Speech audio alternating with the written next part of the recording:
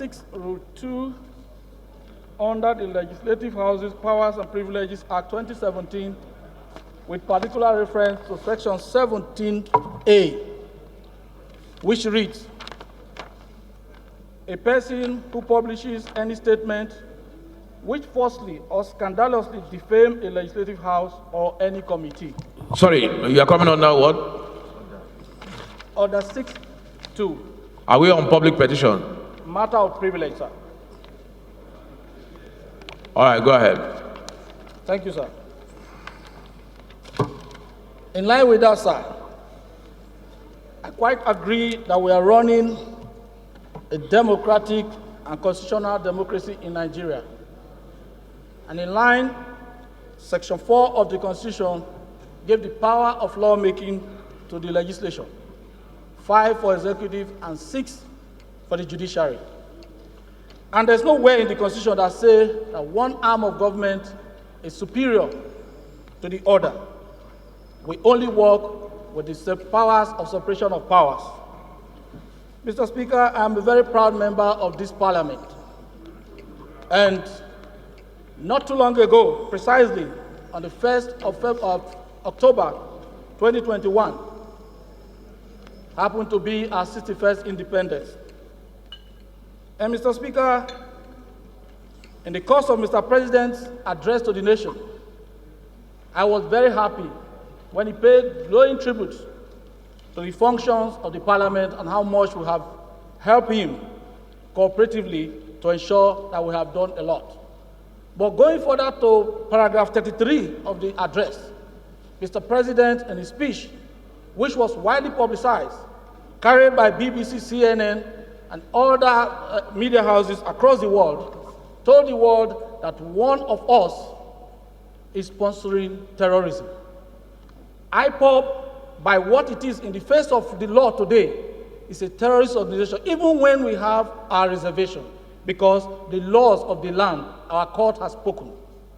Mr. Speaker, that means 469 members of this National Assembly are prime suspects. On that very fateful day, I went to Akure to be part of the burial ceremony of our fallen colleague, Honorable Expensive. On Saturday, I had to honor an invitation to Ghana for a wedding. Mr. Speaker, it will amaze you what I faced in the hands of Ghanaian officials. I got there, they kept me for about 4 hours, that they're trying to confirm something. I stayed at the airport for 4 hours, missed the wedding that I went there for, and at the end of the day, one of them walked up to me and said, sir, we are sorry, because there's an announcement in Nigeria that a member of parliament is sponsoring terrorism. We are put on red alert to ensure that no member of parliament from Nigeria come here to hide or to cause trouble.